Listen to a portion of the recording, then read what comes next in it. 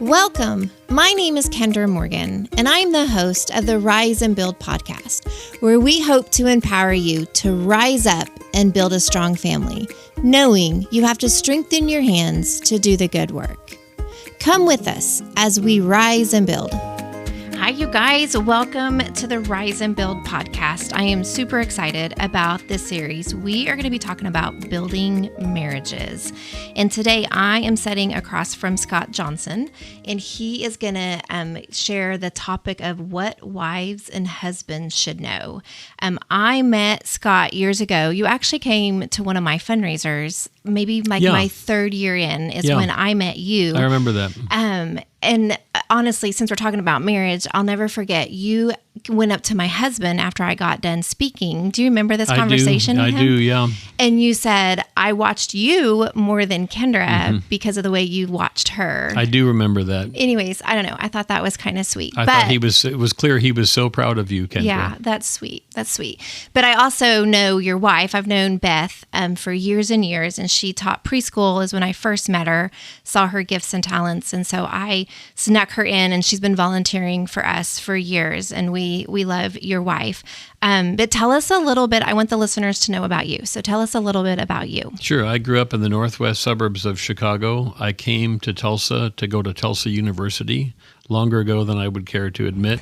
I met my wife, Beth, in college. We got married 5 days after I graduated. Wow. I was thinking about my family that was all here for my graduation from out of town, and I thought, hey, why don't we just get married while they're all already here? I was thinking about the efficiency, not necessarily, all the other stuff that goes along with that. Yeah. But we've just celebrated 43.01 years of marriage. So all of my fellow math nerds out there will reverse engineer that to understand we just celebrated our anniversary in the last couple of days. That's awesome. We have 4 grown children.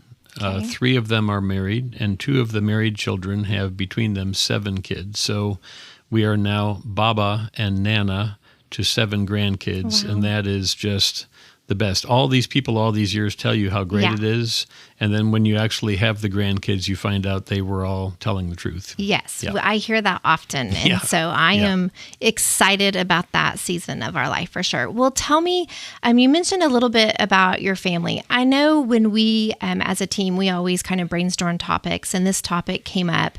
You were the first name thrown out because I appreciate that. Well, you speak a lot and you share a lot on this topic. I do. In churches and other places. Can you talk to us about some places that you have spoken? Sure. I do a lot of teaching here at Asbury Church. Okay. My home church is Fellowship Bible Church. I've certainly taught this at Fellowship. And I've also taught it a lot in the last few years in Africa. I've made 10 trips to Africa. I just got back from my 10th one. Wow. And I've been to Ethiopia, Uganda, and Kenya. And I've taught marriage in all 3 of those places as well as parenting. Okay. So personally, you've partly retired. Yes, I'm 80% retired. Okay. Another math nerd giveaway there.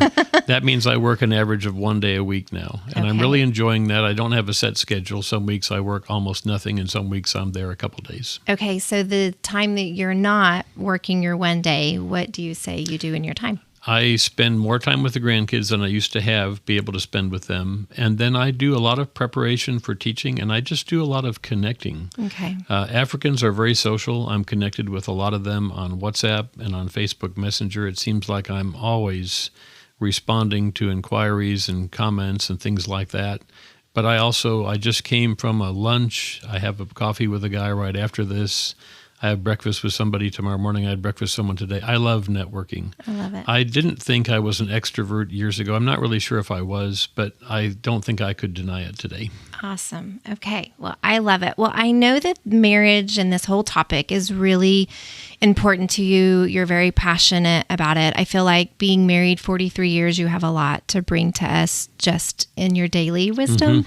But I also know that you have researched this topic. So I'd like to kind of jump into the questions. Tell us, well, first, just tell us why. Why is this topic so important to you? Let me tell you about the genesis of how I started teaching this. I was invited to speak to a group at Fellowship Bible Church, my home church, called Mom to Mom, many years ago. It was 2014, and I talked about parenting. And when I talked about parenting to this group of moms, I talked about how important it is for parents to be at their kids' events. And in particular, I mentioned school events, which happen typically during the workday. And I said, I know I'm talking to moms, but it's really important for your husbands to be there.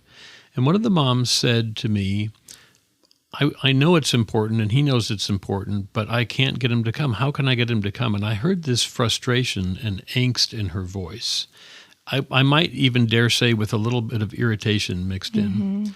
And I said to her, well, is he able to come? Like, does his job allow him to come? Because some men have jobs that can't. She said, it does, but he doesn't always think it does. And in that moment, I realized that there was something really fundamental about her husband that she didn't understand. And so I said to the moms, if you invite me back next year, I'd like to tell the moms what they need to know about their husbands. And that's what I did. The following year, I spoke to the moms about what their husbands wished they could tell them, but they don't want to get in trouble. Yeah. They don't want the tears. They don't want the cold shoulder in bed for the next couple of weeks. And they've been trained by their wives not to say anything. That's very common. And so I did that. And one of the moms in that group reached out to me. She was with a class at Asbury. And she said, would you come and teach our class? And I said, I'd love to. What subject would you like me to do? And she said, no, I want you to do marriage, but we need the other half for the husbands. And I'll tell you in a little while how that developed. That was much more difficult for me to put together, because then I'm talking to the husbands about how their wives think, and I don't think that way. That was a labor of love to get that put together. Yeah. Okay. Well, there we go. So let's talk about that. I want to hear what you taught them. So tell us the main things that we need to know about women. Like, what is that? Let's start with conflict resolution. Okay. I have 3 parts of this when I teach it. Okay. And one is guidelines for resolving conflict in marriage. And depending on the total amount of time I have, I either cover that first or last. So let's touch on that briefly. Okay, great. And Beth and I have been to some marriage seminars during our life, and we've heard lots of what I would call techniques for resolving conflict. So there's the sandwich technique. Maybe I tell Beth something I really love about her, and then I bring up my complaint, and then I tell her something else I really love about her. So the idea is it's supposed to sort of insulate the complaint, sort of soften the blow. Okay. But then I think that's fine. I don't have any problem with that. It does occur to me with some amusement that every time I give my wife a compliment, she's expecting a complaint and then another compliment. I feel like that may not be that great in the long term. But I think techniques like that, which we learned several of, are fine. Okay. But what occurred to me, Kendra, was they're not biblical. I'm not saying they're not useful. I'm not saying that they're not good. I'm not saying that they shouldn't be used. I'm not saying that at all. But I thought if I'm going to teach something, I want it to be biblical. So I'm fine with the techniques, but I think it's more important that we have a biblical mindset, no matter what technique we're going to use to bring it up. So when I teach conflict resolution guidelines, it's not a technique. Okay. It's a frame of mind I want people to have. And there's 8 points that I teach with that. Let me give you the one that I think I get the most immediate positive feedback on, that really makes people think about the way they've been thinking about it. And it is the second of the 8 points, and it is simply, my spouse is not my enemy. My spouse is not my enemy. Quite the contrary, he or she is to me the most important person on the planet. We are on the same team. And I think many of us feel like we've brought something up and our spouse isn't doing what we asked or is still doing what we asked them not to do. And we start to get this mindset, which is completely unfair and not really rational, that they're sort of doing it on purpose. And they're the problem. And if I just didn't have them, life would be better. And that's just not true in 95% of the cases. The spouse forgot it. It wasn't that important to them. They weren't paying attention, but they're not doing it maliciously. And so we have to get in our minds that our spouse is not our enemy. In fact, we're supposed to take care of our spouse. And I think, again, to this second point, we're on the same team. Yeah. And so all these things are supported with scriptures. And I know we don't have a lot of time today to review everything that I would teach, but I'll just tell you all these things are very well founded with scriptures. So what if I'm listening to this and I'm thinking, yeah, we're not a team, that we're not even close to being a team. Right. What would you encourage someone? How do they change that? I think what I would encourage if I was just talking to that one person, I would say, you know what? Think back to when you were dating. you had a reason to be interested in your husband or in your wife. There were things about that person that really attracted you, that intrigued you, that you found endearing and engaging, that you fell in love with. Go back and think about those things and see if you can't see some of those things in your spouse, because I'll bet you that they're still there. Yeah, that's good. We forget. I think we just get so busy that we forget why we fell in love. Yep. I think that's right. Yeah, that's good. That's good. Well, so let's break it up a little bit. Could you talk about the women versus the men? Like what does that look like?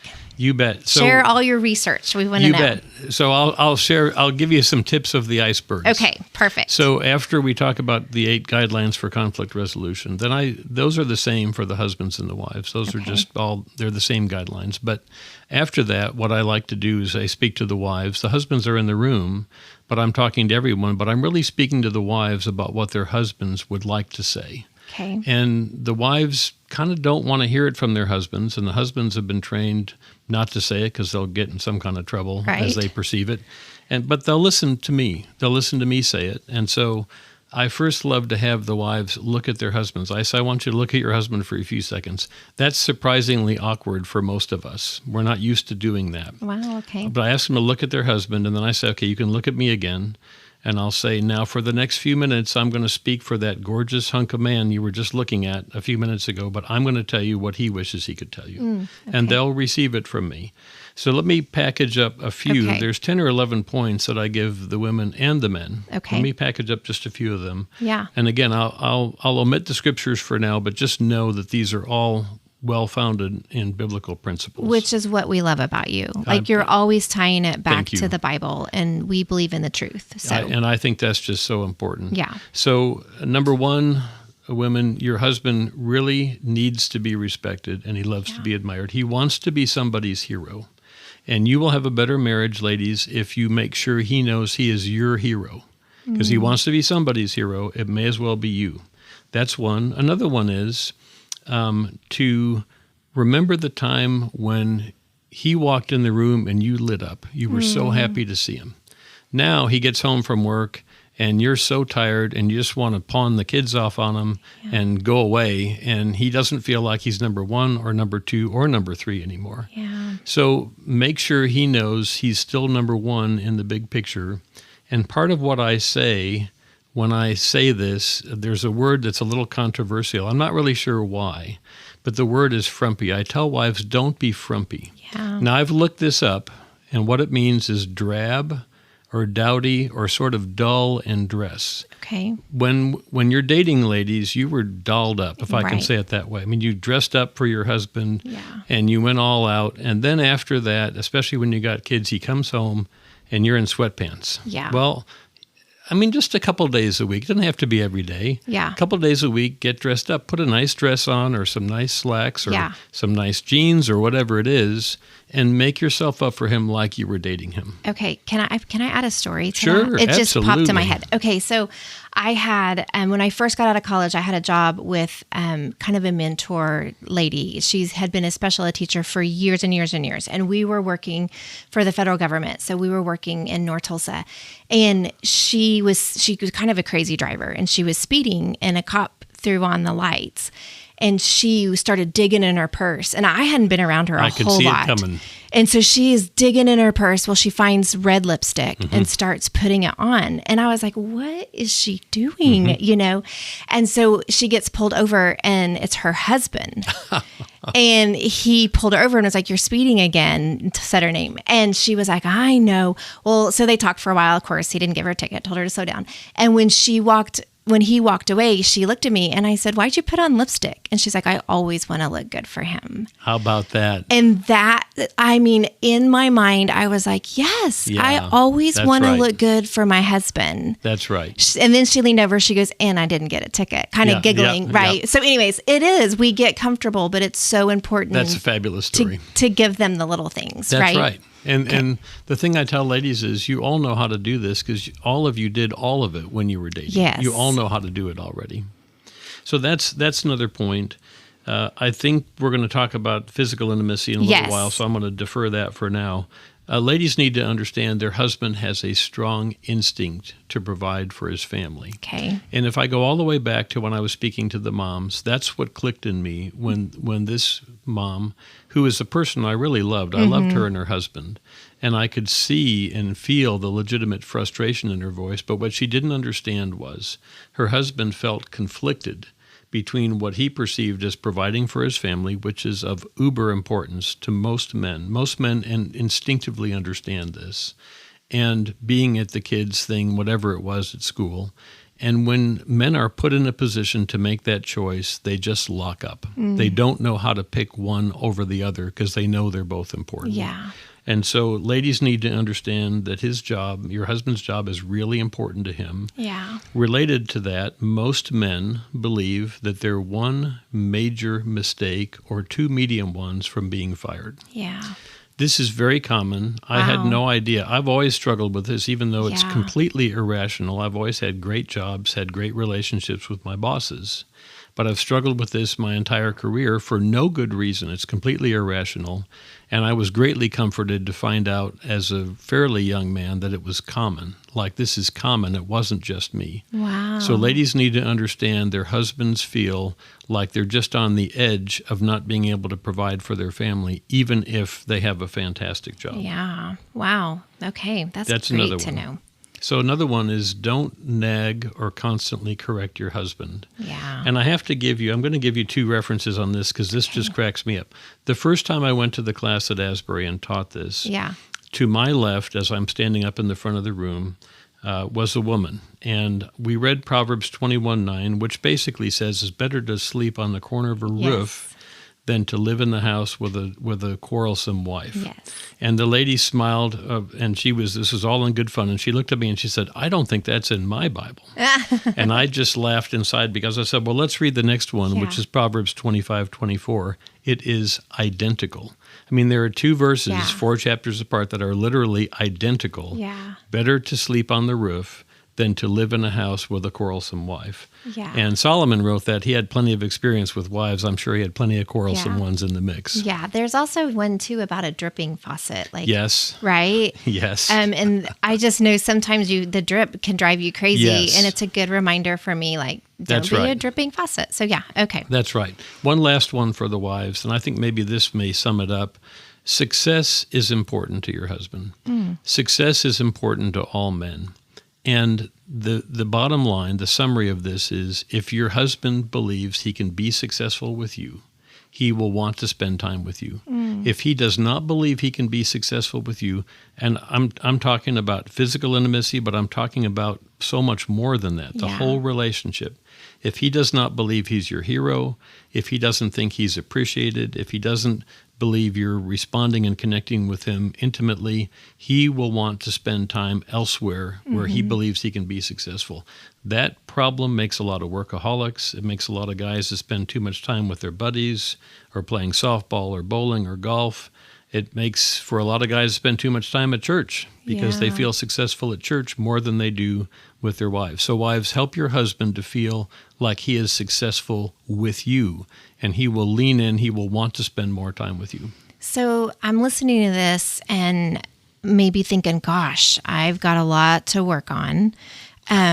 What about, how do you make your husband feel successful? Do you have an example? Well, I can, but first I want to say, even though I teach this stuff, I have a lot to work on. Yes, Kendra. me too. I always Me too. have a lot to work on, so for the record. Well, and I think as you go through these, I'm like, yes, I'm doing that. I could do better. Oh, I need to work better. All of us could be better in these categories. Yeah. So, yes. So a couple things. One is, don't nag your husband. I know that was a separate point, but when you nag him, he doesn't feel successful. Okay, that's he feels henpecked. Yes. Make sure he knows he's your hero, whether he squashed a bug in the house or he finished a big project at work or just for no reason. You say to him, I really appreciate how you provide for me and the kids. Just for that to come out of nowhere and not be tied to anything. Yes. He may only smile a little bit. He may not look like he's really reacting. He will process that. I can assure you he will process that internally for hours, if not days. Yeah. And he'll just float away on that for a while. Yeah, it's good. I was speaking at a women's group. There were hundreds of women in there, and I just kind of had a little thing that I said, okay, I want everyone to get your phones out and I want you to text your husband. That was great. And it can be sexual, it can be deep, or it can be, I hope you have a good day. Yeah. But if you don't ever text them, every single person is going to text their husband. I was like, I'm going to text mine too. And I really did it for the women to start conversation with her husband. And so I texted Ryan too. Well, then later that night we were at home and he said, your text made my day. I believe it. But I didn't really text him. I texted him because I was speaking to those women. Because you were telling everyone else to text their husbands. But I realized the power of just taking time out to letting them know That's right. that you love them. That's right. That's exactly right. So, and that they're appreciated. Mm-hmm. That's right. Yeah, I love that. Okay, so are you ready to jump into the men? Yeah, I think we should. Yeah. I love it. I feel like this is good because I know I can work on some of this, but I want to know the men's stuff too. Absolutely. Okay. And the men, I always talk to the women first, and the men are so pleased because they're hearing all this. I tell them, men, don't say anything. Don't elbow your wives. Right. This is not, you can listen, but that's it. Don't do anything else. And then I speak to the men. Okay. And for example, I tell the men, when you were dating, your wife knew you were committed to her and you were serious because you were creatively romancing her and pursuing her. Okay, I love but that. we, just like the wives stopped dressing up, Yes. we stop pursuing our wives after we get married, typically. The vast majority of us do. Yes. And our wives worry about whether we are committed to them and whether we love them. Mm-hmm. So guys, your wife worries about whether you really love her. And we don't understand that. We say, well, I told her I loved her at the wedding. Isn't that enough? It was 30 years ago. No, that's not enough. In fact, it's not enough if it was 30 days ago. Right. She needs to hear this every day. And here's the corresponding thing that maybe the guys can understand. We worry about getting fired by our job, by our boss. Our wives worry about getting fired by us. Wow. They worry about us leaving them, finding some greener pastures, finding some newer model, whatever you want to call it. Right. That's what they worry about. And guys, they need to hear from you every day that you love her. And every time my wife and I part company or hang up on the phone or when we go to bed, we always say, I love you, even if we're tired and we're worn out. We just don't not do that ever. Yeah, I love that. Okay. So that's one. Here's another one that I think is so fun and funny. Okay. Men, your wife does not need you to fix the problem yet. Yes. Okay. What she wants is she wants you to understand her feelings. In fact, when you start unpacking what the problem is that she's talking about, she may very well have already fixed it. It may already be resolved. She's not bringing it up so you can jump in and fix it and go read somebody the riot act that did her wrong. She's bringing it up so that you can say to her, oh, I'm so sorry to hear that. How did that make you feel when that happened? And it's fine to say, is there anything you would like me to do about that? Do you want my help with it? But that's not the first thing. The first thing is to understand how she felt about it, because her need, her problem is her feelings. Her problem isn't the problem. Her problem is her feelings, and she wants you to be the person who really understands her. So that is something we just so don't get that, Kendra. No, you want to fix it. We want to fix Yeah. it. That's exactly what we want to do. In fact, let me, this is a good spot to bring up. So when I spoke to the moms all those years ago, I wrote the guidelines for what wives should know about their husbands. I wrote that myself. I mean, I just didn't need any help doing that. But when it came time when she said, we want you to come teach our class, but we want both halves, well, now I had a problem because I couldn't write the other half. I probably couldn't write 2 points out of the 10 or 11 that I teach the men about their wives. So there are 2 books I want to highly recommend to your listeners that have formed a lot of how I think about this subject. One is called For Women Only. It was released first. The other one's called For Men Only. They're both written by Shanti Feldhahn. I think the one for men was co-written by her husband, Jeff. And they are just both excellent books. Okay. And so I could read the one for women only, which is really about how men think. And every chapter I'm going, yep. And I could read the whole thing in an hour. The one for men only, about how our wives think, I had to read one chapter and put it down. I had to put it down and ruminate on it for 2 or 3 days before I could come back and read the next chapter. It was so counterintuitive to the way men think. And that has formed. So I want to give Shanti, I've never met her. She has no idea who I am. I want to give her the credit for writing these 2 really fabulous books. Okay. I'd well, highly great. recommend. Yeah, these are great resources. So Yep.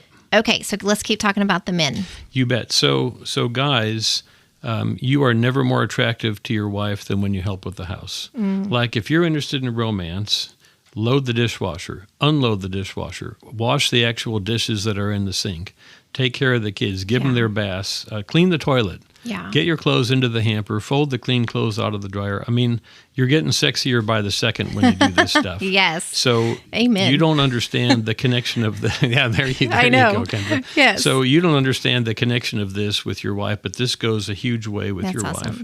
And sort of related to this, when you walk in the door, when I'm speaking to the wives, I tell them, don't hand your husband the kids right when you walk in. But when I'm speaking to the men, I tell them, take the kids right when you walk in. Yeah.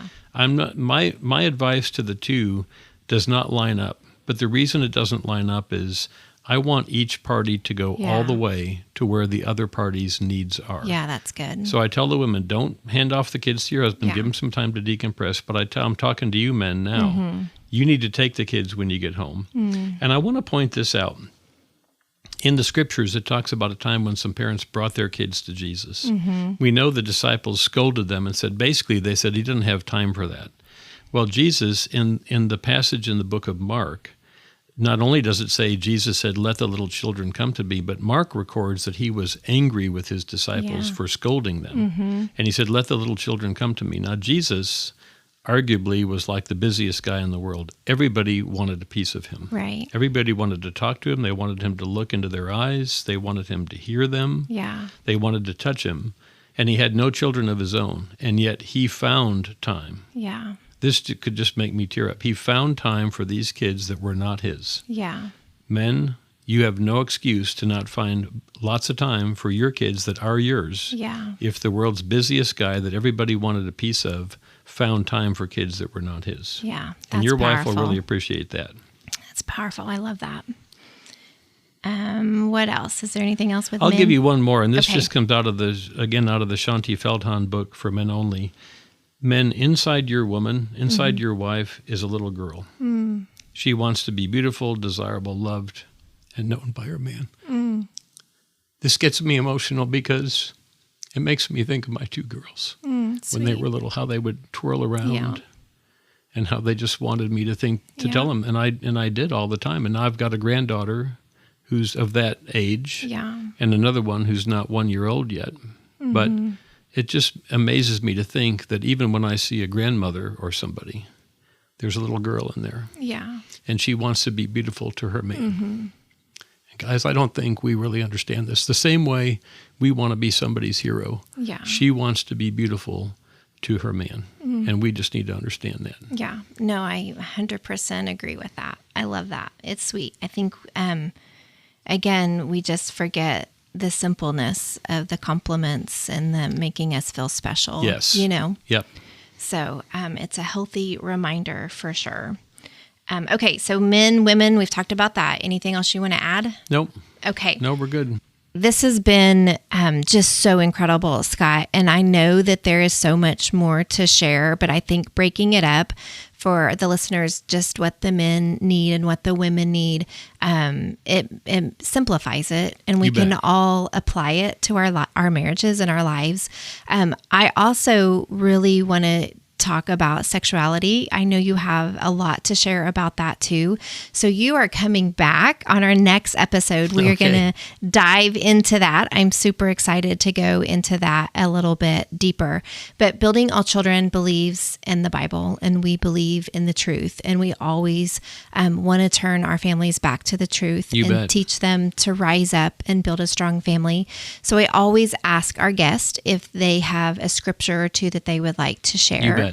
Can you share with us? I sure will. So I started by using point number 2 from the conflict resolution guidelines, which is my spouse is not my enemy. We're on the same team. So let me give Philippians 2:2, which says, make me truly happy by agreeing wholeheartedly with each other, loving one another, and working together with one mind and purpose. I would submit that there's no relationship on the earth where that application of that is more important than in marriage. I mean, marriage is the closest relationship that you can have with another person on this earth. It's the closest relationship God has designed or invented or created, and it's something where this unity of purpose and spirit should just prevail. So I would give that as the first one, and I think this fits right into it. Philippians 2:3, do nothing out of selfish ambition or vain conceit, rather in humility value others above yourselves. And everything I teach when I'm teaching marriage is, look, guys and gals, I don't want you to find this uncomfortable compromise where you've got 1 millimeter of overlap amongst a sea of differences. The biblical model has nothing to say about that. The biblical model is, let's go all the way to where the other person is. And if you've got two people in a marriage doing that, it's really a beautiful thing. But even if you've got one doing that, the marriage is going to be 100% better than it was before you had one person doing that. Yeah, it's contagious. Yes. Right? Yes. I remember I listened to Dr. David Jeremiah, and he told a story about this couple that was really on the verge of getting a divorce. And he told him to go. The husband really wanted to hurt the wife. And he's like, I want to hurt her when I divorce her. And he said, if you want to hurt her, you need to love her deeply for 6 months. Give her everything, treat her like a queen, and then when you're ready to divorce her, it'll crush her. So he went, loved her deeply, and fell madly in love with her. And 6 months later, he was like, are you ready? He's like, I would never divorce her. I've got the best wife in the world now. Yes. Right? But it was all because of what he did. I mean, he initiated it. He poured into her, and it's the love is contagious. So I love that. Good. I love that. Okay, well, thank you so much for what you shared, for your time and your wisdom. I know there's a lot more to share, and so I'm excited to visit again and hear more about it. But for today, I loved it. It's practical, and a lot of families can listen to this, and it'll change a lot of lives. I'm so glad. I mean, thank you for the opportunity of being here. Yeah, thank you. Let us close with a word of prayer. Dear Lord Jesus, thank you for these children in our lives. Thank you for all the resources you have placed in our life to help us rise up and build. It's in Jesus' name we pray. Amen. Thank you for listening to the Rise and Build podcast, brought to you by Building All Children, a child development program in Tulsa, Oklahoma. To learn more about Building All Children or the Rise and Build podcast, please visit buildingallchildren.org. This podcast is crowdfunded. We appreciate our sponsors and the donations given by our listeners. Come with us as we rise and build.